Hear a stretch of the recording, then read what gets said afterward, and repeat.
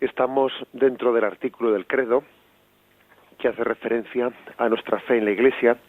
Creo la Santa Iglesia Católica. Y comenzamos a partir del punto 767, donde habla de la Iglesia manifestada por el Espíritu. Después prosigue también la Iglesia consumada en la gloria. Vamos a intentar resumir estos puntos del Catecismo. El primero de ellos, 767, la Iglesia manifestada por el Espíritu, dice así: Cuando el Hijo terminó la obra que el Padre le encargó realizar en la tierra, fue enviado el Espíritu Santo el día de Pentecostés para que santificara continuamente a la Iglesia. Es entonces cuando la Iglesia se manifestó públicamente ante la multitud. Se inició la difusión del Evangelio entre los pueblos mediante la predicación. Como ella es convocatoria de salvación para todos los hombres, la Iglesia es por su misma naturaleza misionera enviada por Cristo a todas las naciones para hacer de ellas discípulos suyos. Bien, se habla, por tanto, con claridad de que el momento de la ascensión de Cristo a los cielos, cuando Cristo dice concluye la obra que el Padre le había encargado, cuando Cristo puede decir ya todo está cumplido, pues es entonces cuando viene especialmente el momento del Espíritu, cuando el Espíritu Santo es enviado el día de Pentecostés, y utiliza aquí el Catecismo una expresión tomada del Concilio Vaticano II que creo que conviene meditarla, ¿no? Dice, para que el Espíritu Santo santificara continuamente a la Iglesia, dice. La obra del Espíritu Santo es, pues, una santificación continua de la Iglesia.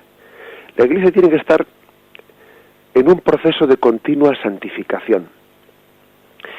Quizás nosotros podemos tener el riesgo, el peligro, la equivocación de pensar de que la Iglesia ya es santa en su origen, porque Jesús la fundó, y como es santa en su origen, pues bueno, pues ya con eso, como si fuese la santidad un acto puntual. Y eso es una equivocación, sería una equivocación. Por eso aquí se matiza, para que santificara continuamente a su Iglesia. Para nosotros la santidad no puede ser nunca, ¿no? Pues un punto de partida, sino que es un punto de llegada. Nosotros no podemos decir nunca, yo ya estoy convertido. Cuando alguien dice esa frase, es señal inequívoca de que no lo está. Nosotros siempre estamos en proceso de conversión. La Iglesia siempre está en proceso de conversión, siempre está en proceso de reforma, siempre reformándose, siempre santificándose.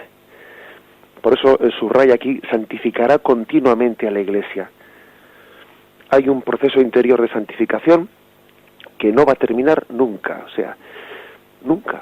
Fijaros por eso que la Iglesia, cuando va a canonizar a uno de sus hijos, lo que en el fondo estudia es si en el momento final de su vida, pues él murió debidamente purificado. Si tuvo pecados en su vida, es decir, un santo pudo tener pecados en su vida. La Iglesia puede tener también pecados, ¿cómo no va a tenerlos, no? Pues en su vida. Pero al final la santidad se mide por el proceso increscendo hasta el momento último en la vida. Seremos juzgados por el estado de nuestra alma en el momento final de la vida. Aquí no vale vivir de las rentas, no vale vivir de las rentas. Hay un refrán que dice, para explicar esto, vales tanto como tu última obra. Vales tanto como tu última obra, quiere decir que no vale que hayas hecho antes obras muy buenas, no vale que en el pasado, pues tú tuvieses momentos gloriosos, no vale eso, porque eso ya pasó. A Dios lo que le importará es tu presente. Esto de vales tanto como tu última obra lo entendió muy bien el buen ladrón que murió junto a Jesús, porque su última obra de conversión es la que le dio a toda su vida pues un tono distinto, ¿no? Vales tanto como tu última obra.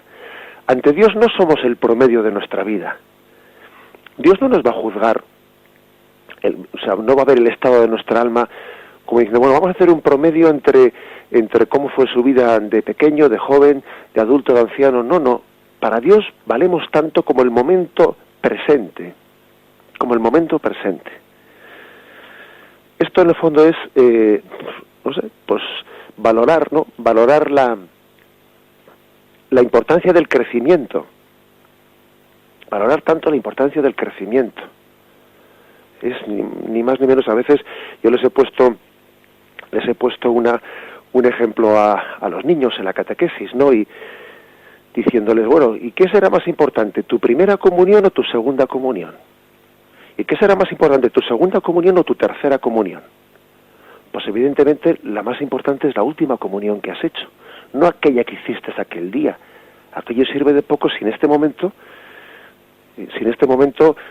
pues todavía no te ha llevado a tener mayor amor con Jesucristo. Y eso lo podríamos poner ese ejemplo en todo. También a esos mismos niños yo les he puesto el ejemplo. Imagínate tus padres.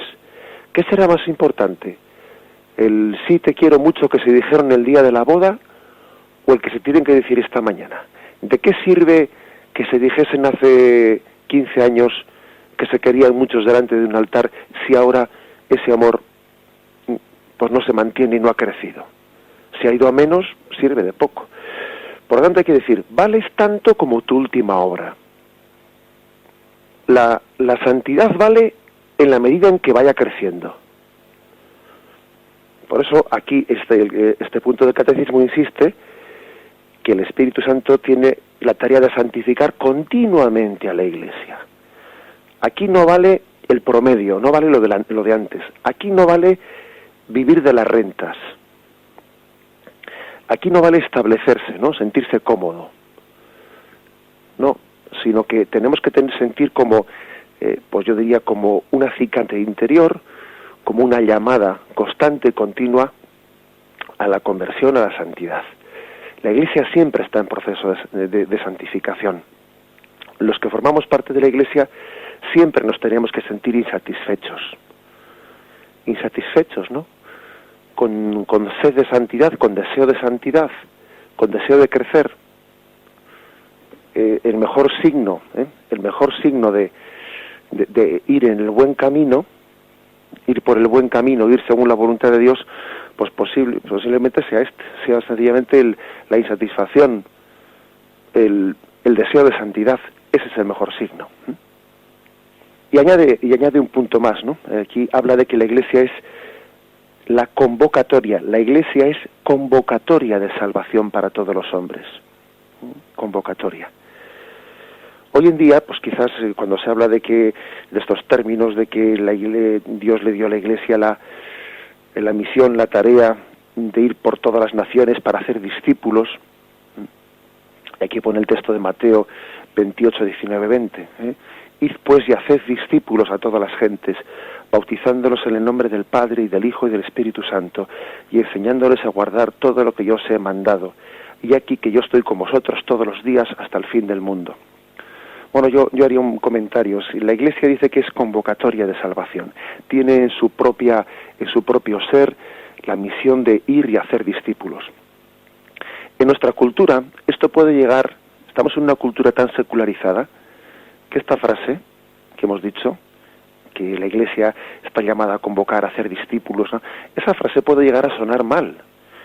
Algunos pueden interpretar esa frase desde una mentalidad secularizada, de que eso parece que es una llamada al proselitismo, ¿no? Y la palabra proselitismo, pues se presenta así antipáticamente como que es ir a dar la lata a la gente, ir a captar adeptos, ¿no?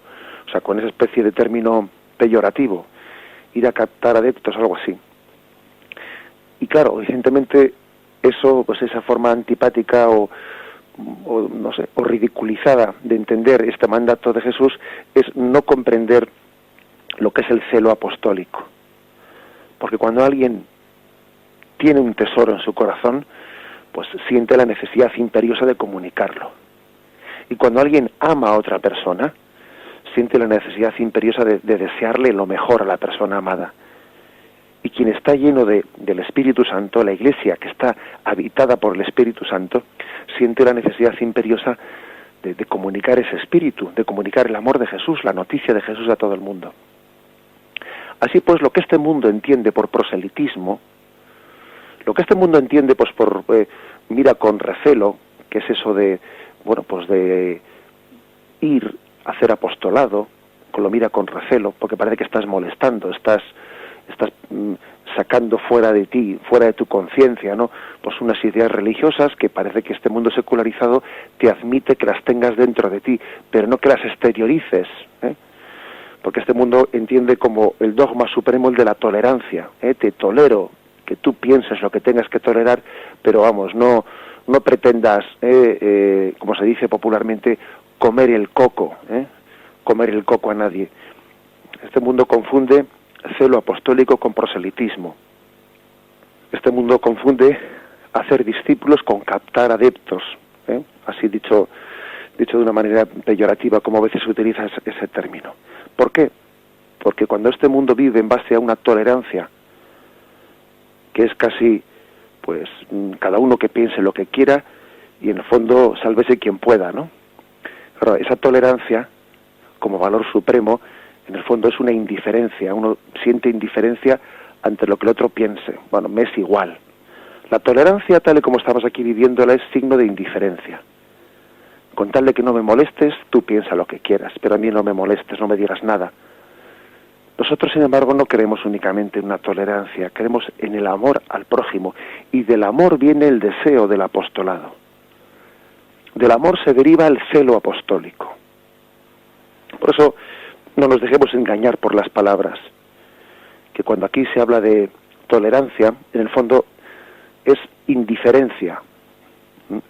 Lo que se está allí un poco dando, se está escondiendo detrás de esa palabra, es indiferencia.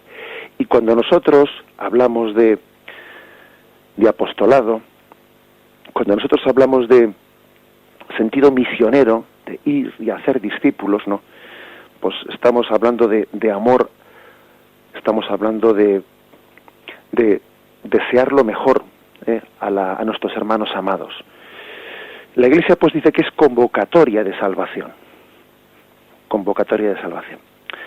Permitidme un texto, que es un texto muy, muy hermoso, que lo tenéis en San Juan, capítulo 21, en donde tienen ahí, se describen las apariciones de Cristo resucitado. Y para ver cuál es el ser de la Iglesia, aquí está un poco describiendo que la Iglesia tiene esa vocación de ser convocatoria, de ir y hacer discípulos, para ver con una imagen mística, ¿no? ¿Cuál es ese ser de la Iglesia? Aquí hay una imagen bonita, hermosa, que es la de Simón Pedro, que después de que se han encontrado con Cristo allí en la orilla, él les dice: traed algunos de los peces que habéis pescado. Estamos en Juan 21, versículo 10. Subió Simón Pedro y sacó la red a tierra, llena de grandes peces, 153, y aun siendo tantos, no se rompió la red. Jesús le dice: venid y comed. En esta imagen de esa red que es arrastrada a tierra por Simón Pedro, porque Jesús le dice: saca esa red, saca lo que has pescado. Y Simón Pedro tira de esa red, ¿no? Y el evangelista San Juan se sorprende que aun siendo, fijaros que contó los peces, aun siendo 153 peces grandes, no se rompió la red, y le sorprende a él, ¿no?, ese hecho. Siendo San Juan quien es, siendo pues el evangelista místico, ¿no?, pues no está hablando únicamente del hecho puntual, está viendo en ello una imagen, está viendo en ello una metáfora, está viendo en ello la metáfora de la Iglesia, que es capaz, la Iglesia es como las redes de Pedro, que es capaz de hacer una pesca milagrosa sin que esas redes se rompan sorprendentemente, porque se da cuenta de que esa gran convocatoria de hijos, ese gran apostolado, ese ir a hacer discípulos, ese ser capaz de obtener esa pesca milagrosa, es un don del Espíritu Santo. Lo lógico sería que con las fuerzas de Pedro, que con las fuerzas humanas de la Iglesia, esa red se rompiese. Es un milagro, pues, del Espíritu Santo la extensión de la Iglesia en los 5 continentes. Es un milagro del Espíritu Santo, pues, que ahora mismo seamos 1.000 millones de católicos. Esa gran pesca milagrosa, esos 1.000 millones de católicos, sin que esa red, ¿no?, se haya roto, pues dice uno, esto es una obra del Espíritu Santo, porque el mismo Juan se sorprende de que salga tanta pesca, ¿no? Dice, pero bueno, ¿de dónde ha salido eso? Porque nosotros conocemos nuestras capacidades, ¿no? Pero ha sido Jesús, ha sido la fuerza del Espíritu de Jesús la que le ha dado a la Iglesia esa capacidad de convocatoria. Por eso nos dice aquí, como ella es convocatoria de salvación para todos los hombres, la Iglesia es enviada por Cristo para hacer discípulos suyos. Bien, vamos a hacer una breve pausa después de haber comentado, pues, este primer punto, el punto 767. El Espíritu Santo, pues, santifica continuamente a la Iglesia. Estamos en tarea continua de santificación. No podemos vivir de la renta, sino que la Iglesia siempre está en proceso de conversión, y al mismo tiempo la Iglesia ha recibido de Jesús esa vocación de ser convocatoria, de ser continuamente enviada para hacer discípulos en nombre de Jesús. Lo meditamos un momento.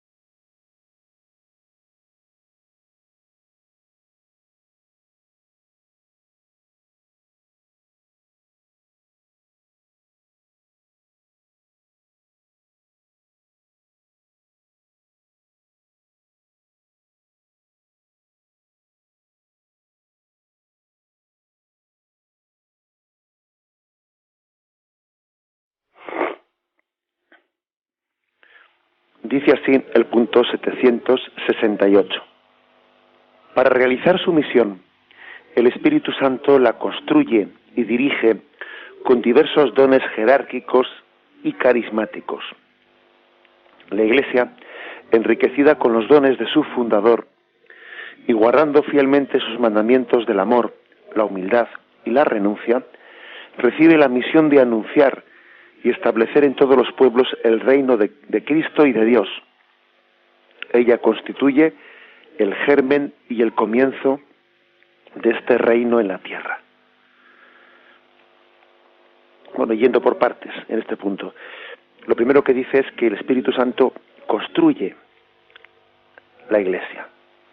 La construye y la dirige. Una imagen, bueno, pues bastante gráfica. Es tanto como decir que el Espíritu Santo es arquitecto, que es ingeniero, que es constructor. Y tenemos que ver una de las funciones del Espíritu Santo, esta. El Espíritu Santo constructor, arquitecto. Él va edificando la Iglesia, la va diseñando. Y la diseña, la construye, pues dice, con diversos dones, jerárquicos y carismáticos, haciendo un equilibrio entre las dos cosas dentro de la Iglesia, ¿no? Un equilibrio perfecto de carismas. Y fijaros bien que hemos pasado, aquí como vamos con la ley del péndulo, ¿no? Es muy frecuente que que pequemos de la ley del péndulo, que es de un extremo al otro. Y digo que en esa ley del péndulo pues hemos podido pasar de un momento histórico anterior, ¿no?, en el que pues se le ligaba al Espíritu Santo casi exclusivamente a la jerarquía, donde se subrayaba tanto, pues bueno, no estoy hablando, digo que existía ese peligro, ¿no?, o que podía existir el peligro de pensar de que el Espíritu Santo actuaba, que de hecho actúa, ¿no?, pues en la jerarquía, pero claro, subrayar eso de una manera tan unilateral que parece que el Espíritu Santo no actúa fuera de ella, y claro que actúa fuera de ella. Por lo tanto, se ha podido pasar de un extremo, ¿no?, de casi circunscribir al Espíritu Santo a su acción dentro de la jerarquía, al extremo contrario, que es el de que casi pues la iluminación del Espíritu Santo parece que se refiere únicamente hoy en día a los dones carismáticos, ¿no?, a los dones que el Espíritu Santo da incluso en un contexto de cierta alergia a lo institucional, a lo jerárquico, como si el Espíritu Santo actuase especialmente fuera de la jerarquía y al margen de ella. Parece que pegamos un bandazo de un extremo al otro, y no, y esos bandazos, esas leyes del péndulo, son signo de que nosotros tendemos más bien a restar y no a sumar. Y no nos damos cuenta de que el Espíritu Santo, que es arquitecto, que es constructor en perfecto equilibrio del edificio que es la Iglesia, integra una cosa y la otra.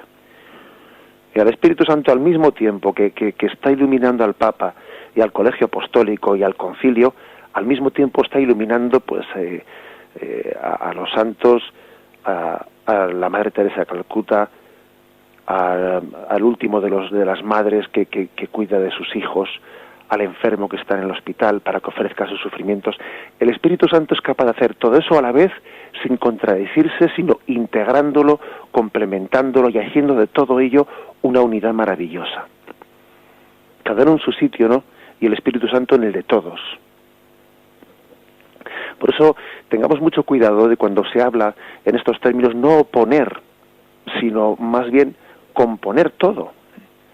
Es muy frecuente, ¿no?, pues que cuando se hacen explicaciones así del ser de la Iglesia, hacerlo con términos un poco provocativos y oponiendo.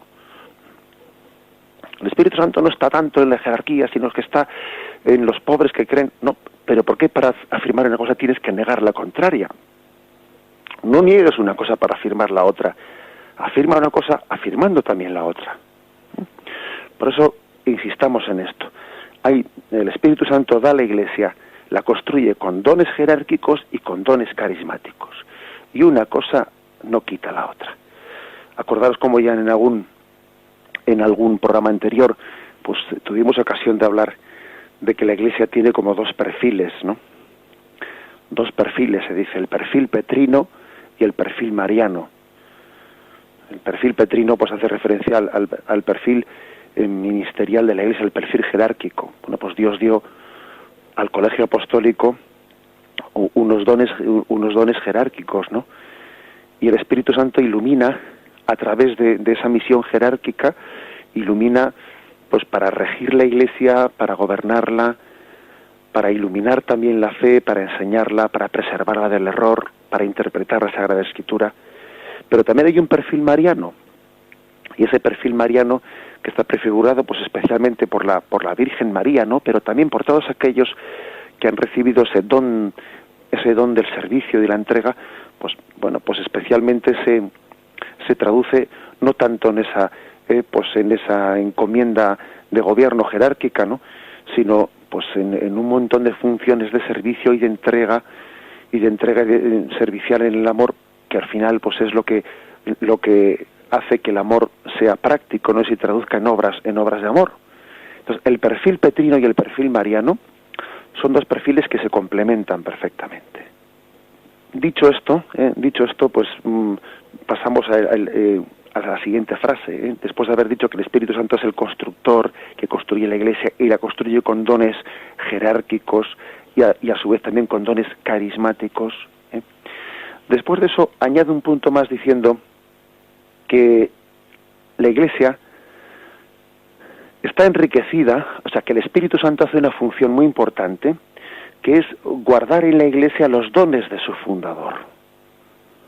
Porque, ojo, es muy fácil que los dones de un fundador se pierdan con el paso de los años. Todos sabemos que una institución, cuando está muy cerca del que la fundó, guarda su espíritu. Pero con el paso de los años, aquello que dejó el fundador, pues fácilmente se queda en el olvido. Y al final, pues esa institución coge, digamos, el marchamo, coge el estilo, no tanto del que la fundó, cuanto del que la está dirigiendo en este último momento. Eso siempre es un riesgo. Y de hecho eso hubiese ocurrido en la Iglesia Católica si no hubiese sido por el Espíritu Santo. Es muy fácil que uno, cuando todavía está muy cerca de su fundación, de su fundador, conserve el espíritu original que el fundador le transmitió, pero que luego el paso de los años, pues claro, con el paso del tiempo se olvidan muchas cosas. Y al final es uno mismo el que marca el estilo, no tanto el del fundador, sino del que está en ese momento gobernando o del que está en ese momento viviendo en la Iglesia, ni más ni no únicamente gobernando. Bien, gracias al Espíritu Santo, esto no es así. Gracias a esa tarea constante de entregarnos a la santificación. Gracias, dice aquí, a que el Espíritu Santo nos está siempre recordando los dones que nos dio el Señor. ¿Cuáles son esos dones? El del mandamiento del amor, dice aquí, el de la humildad y el de la renuncia. Es decir, el Espíritu está siempre impulsando a su Iglesia a que se olvide de sí misma. Olvídate de ti misma, Iglesia mía, le dice Jesús, ¿no? Por ese don del Espíritu Santo, olvídate de ti misma y entrégate en servicio a tus hijos, entrégate en servicio, dales la vida de Cristo, dales la vida del Espíritu Santo. El ser de la Iglesia pues no es mirarse al ombligo, no es mirarse a sí misma, sino que es, dice aquí, recibir los dones de su fundador, que son el mandamiento del amor, la humildad y la renuncia. Hay que estar pues en proceso de continua conversión dentro de la Iglesia, en continuo de renuncia, porque de lo contrario no guardamos el espíritu del fundador, y vamos cada uno añadiendo, ¿no? nuestro propio marchamo, y no es así. Bien, este es el punto importante, y termina diciendo que la Iglesia constituye el germen y el comienzo del reino de Dios en la tierra. De eso también tuvimos ocasión de hablar ayer. La Iglesia es el germen del reino de Dios. En la Iglesia está presente ese reino de Dios, aunque el reino de Dios todavía es más amplio que la Iglesia, porque afortunadamente Dios es capaz de llegar pues a personas que todavía pues no están dentro del cuerpo de la Iglesia, no están inscritos en la Iglesia, pero sin embargo el reino de Dios llega por otros caminos, a través de otros conductos puede llegar a esas personas. Pero sí es cierto que el reino de Dios está en germen en la Iglesia, y que la Iglesia tiene como tarea la de construir el reino de Dios en la tierra. Nos quedamos pues con en este punto, pues por resumir y quedarnos con lo fundamental. El Espíritu Santo es arquitecto, es constructor, es el ingeniero que va construyendo esta Iglesia con dones jerárquicos, con dones carismáticos, que cuida de que el espíritu de su fundador no se pierda, cuida, santifica para que no seamos nosotros los que deformemos el espíritu de Jesucristo, sino que estemos siempre en proceso de conversión. Que el espíritu de Cristo, su voluntad originaria, su voluntad original, se conserve siempre en la Iglesia, sin que nosotros la deformemos, sin que nosotros hagamos de la Iglesia pues nuestro chiringuito, que siempre el pecado tiende a ello y el Espíritu Santo tiende a lo contrario. A lo contrario.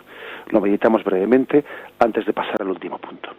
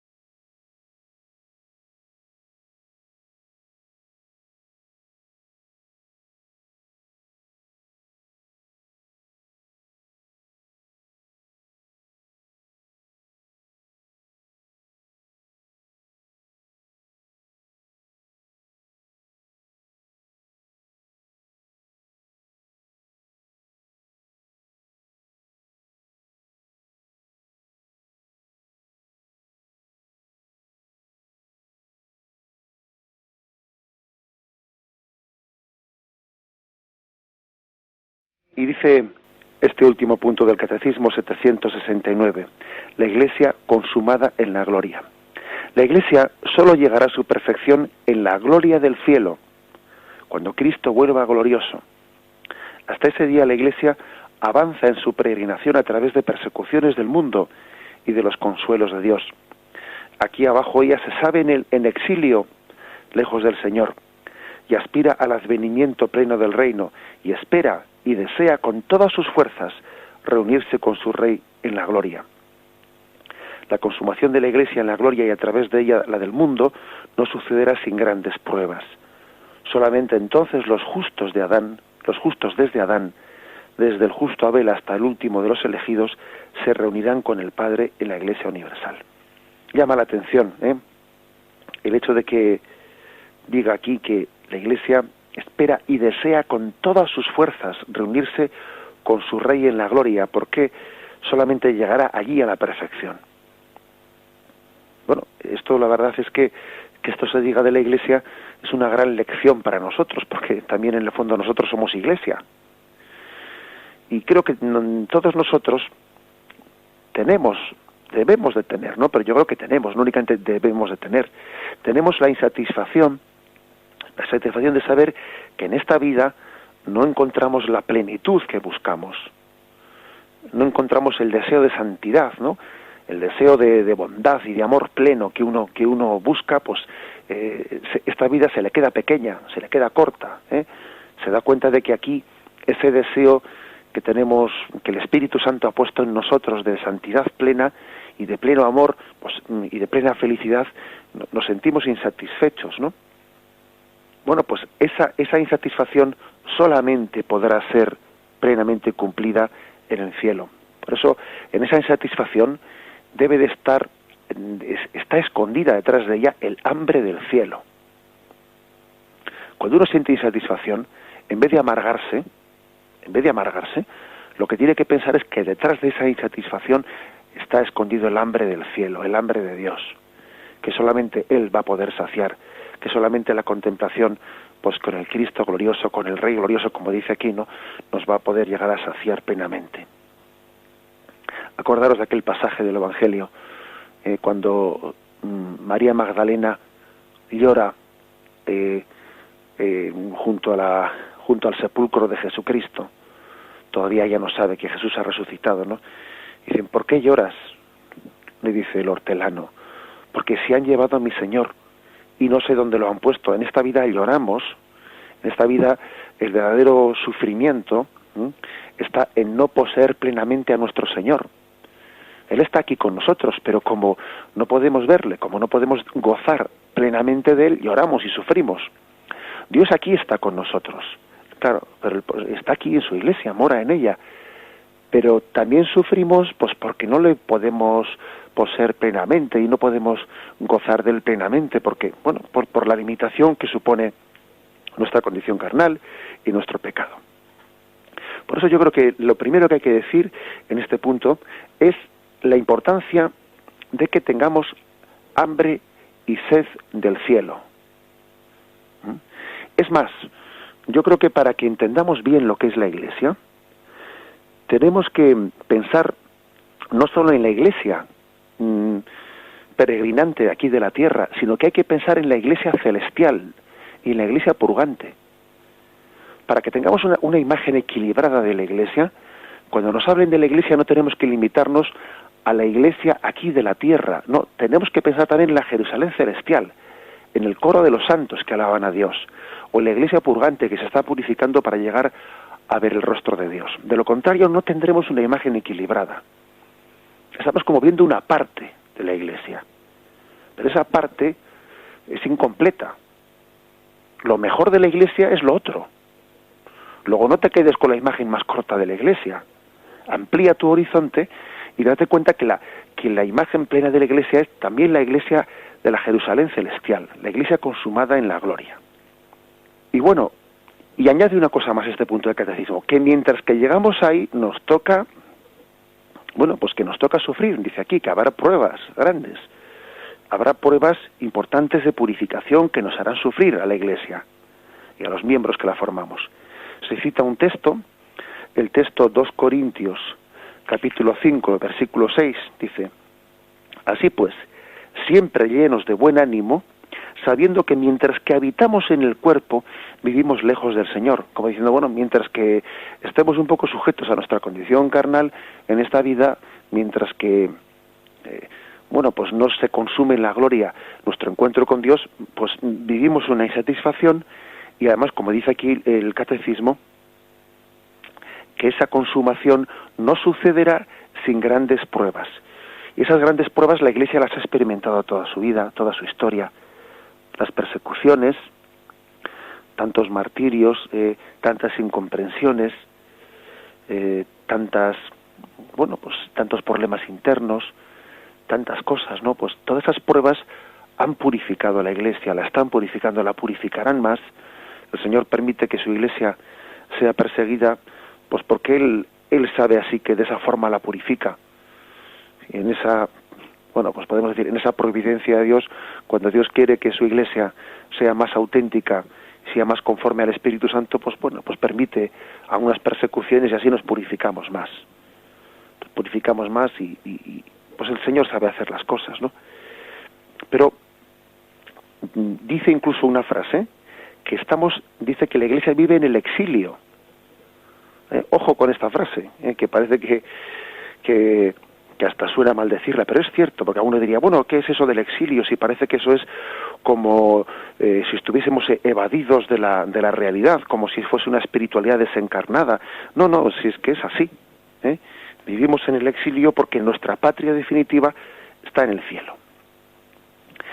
Pues esa expresión de que la Iglesia está en el exilio, lejos del Señor, y que aspira a la gloria, al advenimiento de la gloria, recuerda, me imagino que algunos os habéis acordado de ello, recuerda esa carta a Diogneto, esa carta en la que se describe cómo son los primeros cristianos, no cómo es la iglesia primitiva cristiana, donde dice de los cristianos que habitan sus propias patrias, pero como forasteros, toman parte en todo como ciudadanos, y todo lo soportan como extranjeros. Toda tierra extraña es para ellos patria, y toda patria tierra extraña. Fijaros que se dice, ¿no?, en esta carta de la primitiva Iglesia, como diciendo, bueno, pues por una parte, en todos los sitios se sienten en casa.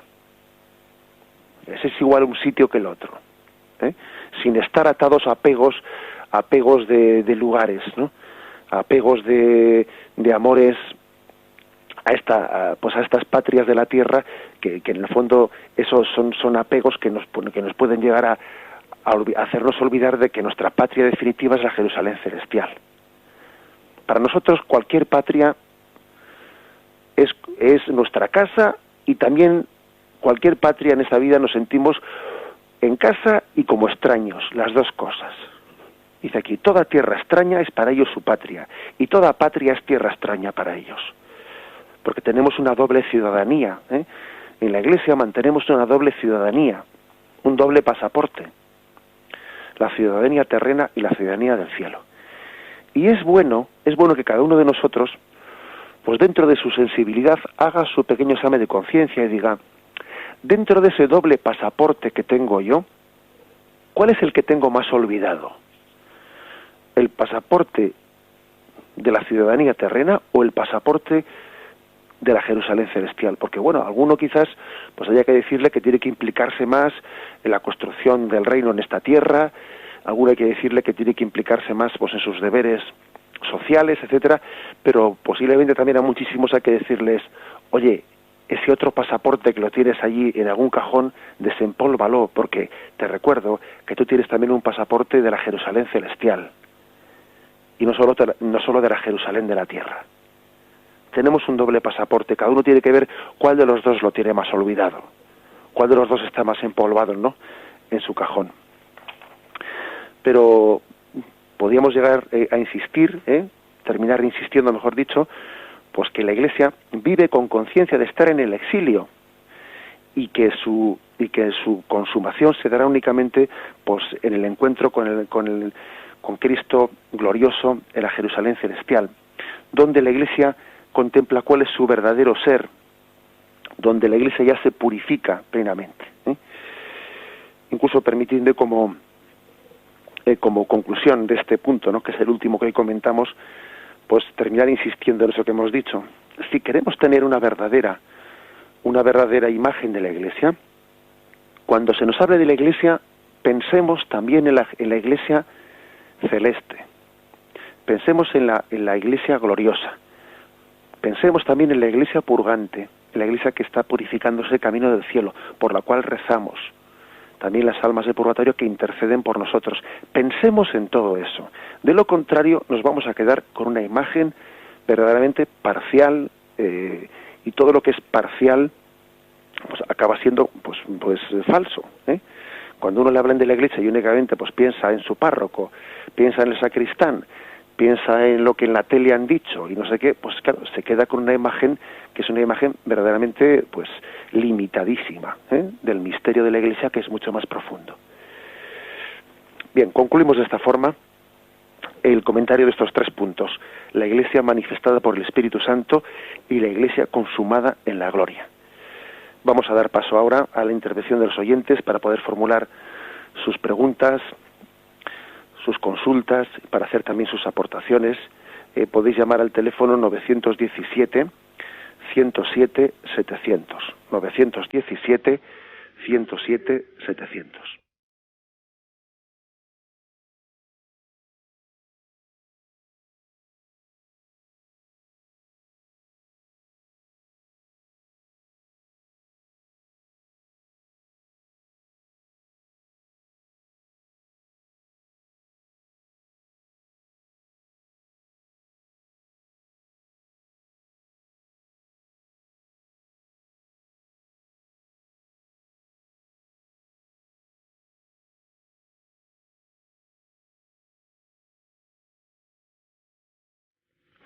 Buenos días, ¿con quién hablamos? Sí, buenos días. Buenos días, me llamo Enrique, llamo desde León. Bueno, Enrique. Vamos a ver, quería preguntarle una duda al respecto, que bien me aclarase. He leído en diversos libros de espiritualidad pues que todos nuestros pecados son perdonados por nuestro Señor, pero que hay una ofensa que es la más grave de todas y que creo entender que sea imperdonable, que es el pecado contra el Espíritu Santo, o la blasfemia contra el Espíritu Santo. Me gustaría que me aclarase exactamente en qué consiste ese pecado, esa ofensa. Eso es todo, padre. Bien, muchísimas gracias. Respondo con la radio. Bien, ciertamente esa es una frase de Jesús. Es una palabra de Jesús en el Evangelio. No recuerdo ahora mismo la cita, pero lo dice expresamente, ¿no? Todos los pecados serán perdonados menos el pecado contra el Espíritu Santo. Bueno, yo creo que la interpretación más común de los escrituristas es interpretar que como el Espíritu Santo es el que da la gracia de la conversión, es el Espíritu Santo el que quiere ablandar nuestros corazones para que podamos convertirnos y arrepentirnos de nuestros pecados. Pues el pecado contra el Espíritu Santo precisamente consiste en endurecerse ante la gracia de la conversión. El pecado del Espíritu Santo consiste en no abrirse a la gracia, en cerrarse a la gracia. Y así se entiende que se dice que es un pecado que no podrá ser perdonado, porque precisamente consiste en no querer aceptar el perdón. La propia esencia de ese pecado es endurecerse en el pecado. Así pues, no es que sea una especie de no querer ser perdonado por Jesús, o sea, como si Jesús dijese, bueno, esto no os lo pienso perdonar, no, o sea, sino que precisamente el pecado contra el Espíritu Santo consiste en no recibir el perdón de Dios, porque uno no puede ser perdonado contra su voluntad. Uno no puede ser perdonado si precisamente él no ama, no se abre al amor de la misericordia que conlleva el perdón. Creo que es la interpretación de muchos autores, y a mí me parece personalmente pues la más equilibrada. Adelante, damos paso al siguiente oyente. Buenos días. Hola, buenos días. Buenos días. ¿Sí, con quién hablamos? Mire, yo llamo desde Valladolid, soy Vidal. Sí, adelante. Tengo primeramente que decirle, padre, que hoy nos ha enviado usted una verdadera salva de mensajes estimulantes. Eso de que la Iglesia es convocatoria de salvación para todos los hombres. Claro que sí. Y es cuando a uno le toca la fibra sensible. Este principio es de lo más estimulante, porque realmente lo último es más importante que lo primero, ¿no? Hay algo que, la ilusión, yo creo que es lo que nos tiene que mover, ¿no? No el decir, tengo la obligación, no. Tengo que hacer esto porque es algo maravilloso llevar a cabo esto. Me ha tocado la fibra cuando ha dicho la fibra sensible, porque resulta que yo soy arquitecto jubilado, y justamente creo que ahora tengo que actuar como cristiano, ¿no? Seguir en activo como cristiano. Me sentí impulsado a dar catequesis a niños que van a hacer la primera comunión en la parroquia. Y eso precisamente es lo que verdaderamente es importante, el sembrar en un sentido de unión, que todos somos iglesia, ¿no? Y guardar el espíritu del fundador es otra de las cosas que me ha dejado tremendamente impresionado, que verdaderamente es misión del Espíritu Santo, de Jesucristo, el mandamiento del amor, la humildad y la renuncia. Bueno, y luego por último, las pruebas que es necesario que pasemos para nuestra santificación, ¿no? Para nuestra purificación. Está escrito ya, la Iglesia será perseguida, pero en nuestra debilidad se manifestará la fuerza del Señor, yo creo en ello. Así que yo animo a todos a que sigamos hablando de nuestra Madre Iglesia y propagándola con todo el amor. Muchas gracias por todo, Padre. De acuerdo, muchísimas gracias. Pues de construir edificios, aquí hay que pasar a construir el reino de Dios, ¿no? Y adelante le animamos a nuestro oyente que siga en esa tarea catequética, ilusionada y amante de la Iglesia. Damos paso al siguiente oyente. Buenos días. Buenos días, padre. Buenos días. Soy Pedro María, llamo desde Palencia. Adelante. Mire, sobre lo que comentaba de que no es un simple proselitismo lo que la Iglesia debe hacer, pues pienso que la raíz es que Jesús le inculca, le manda, le ordena a la Iglesia de que divulgue, precisamente porque Jesús ama a todo el mundo y quiere que todo el mundo reciba ese bien que la Iglesia ha recibido de él. Eso es lo que ese amor de Jesús, que nace del amor de Jesús, de que se divulgue el bien. Nada más. De acuerdo, muy bien. Agradecemos su aportación. Pues es cierto, es decir, aquel que no entiende, aquel que no ve el amor que mueve a la evangelización, ve proselitismo. El que entiende, sin embargo, que es el amor es el motor de la evangelización, pues lo que habla es de apostolado. ¿Qué diferencia hay entre hablar de apostolado y hablar de proselitismo? Pues que el que habla de apostolado, lo que está hablando es de que es el amor el que mueve a intentar comunicar lo mejor de nosotros, es el tesoro que Dios ha puesto nuestro, sabiendo que no somos dueños de él, que no lo merecemos, que es un tesoro que se nos ha puesto para compartirlo, y entonces, claro, el amor nos urge, el amor nos urge a hacer apostolado, a tener celo apostólico. El que no entiende eso, pues dice, está comiéndole el coco, eso es un proselitismo, eso es ir a captar adeptos, etcétera, etcétera. Bueno, pues es que, claro, el que no comprende ese principio de que nos urge el amor de Cristo y hemos recibido un tesoro pues para compartirlo, pues bueno, hace interpretaciones rocambolescas, ¿no? Pero bueno, pero es así. Al final la clave de todo pues es el fuego del amor del Espíritu Santo que nos urge a ser apóstoles de Cristo. Adelante, damos paso al siguiente oyente. Buenos días. Buenos días. Mire, padre, quería hacerle una pregunta. Los que tenemos necesidad de amar tanto al Señor, pienso que una vez ya dejado este mundo, salirnos de la condición humana, una vez con Él, ¿aumenta nuestro conocimiento hacia Él o quedamos solamente limitados en consecuencia de nuestros pobres méritos aquí en la tierra? Ya, se refiere en la otra vida, ¿no? Sí, que si aumenta el conocimiento hacia Él para amarle más. No es que busquemos el cielo, como decía, no me mueve mi Dios para quererte el cielo que me tienes prometido, no. Amarle incluso con su mismo corazón. Es mucho pedir. ¿Lo tendremos eso? Ya. De acuerdo, bueno, le respondo brevemente por la radio. Sí. Bueno, pues es cierto que por una parte la doctrina de la Iglesia dice que, bueno, pues que en el cielo seremos plenamente saciados. En el cielo nuestro deseo de conocer y de amar a Dios se verá plenamente satisfecho. Pero es cierto también es cierto que también nuestra doctrina católica añade que bueno, pues que esa visión beatífica, esa gloria, cada uno también la recibirá de una manera proporcional a la sed y al deseo que haya ido labrando en esta vida. Es decir, pues que tendrá el mismo nivel de gloria Santa Teresita de Lisieux, pues que uno de nosotros en el cielo. Pues no. Ahora, ¿nosotros seremos plenamente felices? Sí. ¿Y eso cómo se explica? Hombre, pues que si uno va al cielo con un vaso de agua, se llenará el vaso plenamente. Y si uno va con una jarra, se llenará la jarra plenamente. Y si uno va con un barril de 300 litros, se llenará el barril plenamente. Por lo tanto, todos seremos plenamente felices y no desearemos nada más. Pero cada uno recibirá en la medida de que su amor sea dispuesto para recibir la gracia. O sea que entonces hay que decir que uno en el cielo es plenamente saciado, pero también es verdad que esa gracia se le da a cada uno en su recipiente, y bueno, pues no es el mismo el recipiente del deseo y el amor de Dios, el de Santa Teresita de Lisieux, que el de un servidor. Pues no, es que no es el mismo.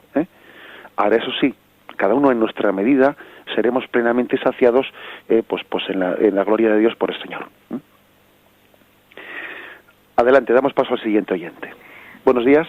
Hola, buenos días. Buenos días. Me llamo María del Rosario, sí, de aquí de Madrid. Mire, padre, bueno, perdone es que muchas cosas las desconozco porque he estado muy alejada de la Iglesia muchos años, y entonces, bueno, pues a veces la ignorancia pues no sabe muchas cosas. Entonces, bueno, mi pregunta es la siguiente. Una persona, o sea, antes de la venida de Cristo, pues no existía el bautismo, ¿no? Uh-huh. Entonces, una persona que muriera en aquella época, que fuera justa y tal, pues, ¿qué pasa con ella? O sea, ¿habría ido al cielo o...? De acuerdo. Perdone mi ignorancia, no, padre. Le respondo brevemente por la radio. Gracias. Adelante. No, y es más, es que incluso hemos tenido ocasión también en el catecismo de hablar brevemente de hablar también ampliamente, mejor dicho, de ese tema. Y es que uno de los artículos del credo dice que Jesús, después de morir, dice, descendió a los infiernos. Entendido los infiernos no como lugar de condenación, sino descendió al lugar de los muertos. Porque todos los muertos, antes de la llegada de Jesucristo, pues estaban ellos expectantes, los justos, como dice usted, los justos estaban, bueno, no en el cielo, porque el cielo no es inaugurado hasta la resurrección de Jesucristo. Nadie tiene el mérito de ir al cielo si no es porque Jesucristo ha muerto y resucitado por nosotros. El cielo es inaugurado con la resurrección de Jesucristo. Incluso aunque alguien en el Antiguo Testamento fuese justo, aunque no hubiese hecho pecados mortales, para entendernos, no por eso él tiene derecho de ir al cielo.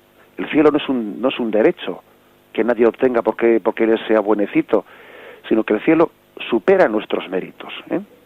Por eso los justos del Antiguo Testamento, pues la Sagrada Escritura describe que estaban como en el Seol una especie de sala de espera, una especie de lugar de reposo en el que las almas de los difuntos esperaban el que Cristo inaugurase el cielo y escribiese sus nombres en el libro de la vida. Cristo, pues, desciende al lugar de los muertos y rescata esas almas, introduciéndolas desde su resurrección, pues, en el cielo. Bien, y tenemos ya la hora cumplida.